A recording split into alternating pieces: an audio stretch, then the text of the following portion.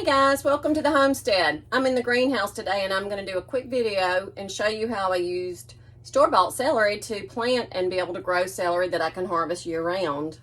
I was disappointed last year that I really couldn't find any celery starts locally. I couldn't find any at the local co-op or the greenhouses or even at the big box stores. And we like to eat celery. We cook with it a lot. So I decided I was going to make my own celery starts. And anybody can do this. This is just store-bought celery.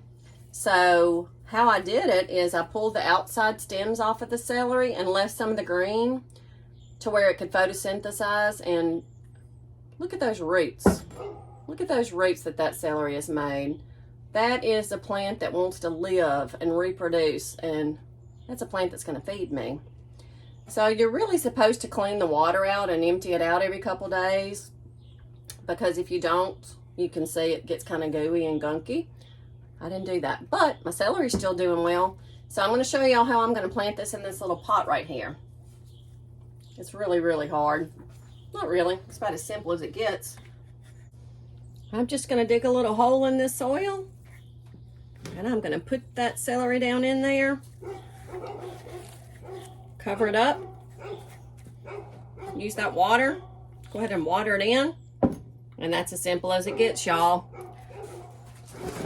As you can see over here, this is a celery plant that I've already done this to. It's got a little bit more growing to do before I can get any stalks that are of a decent size to be able to harvest. But whatever I can harvest from here, you know, it's the celery leaves and the celery stalks. That's some celery that I don't have to buy in the grocery store.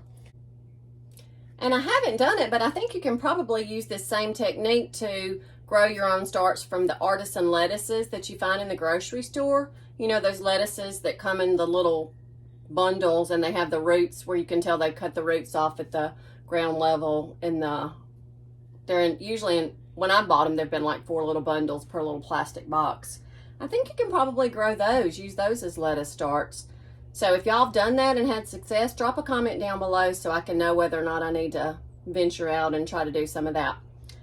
If y'all like these videos and like the content, hit the like button and the subscribe button and hit the little bell so you'll be notified when we drop a new video. Thank y'all for joining us on the homestead, and y'all get out there and grow you something to eat. See you next time.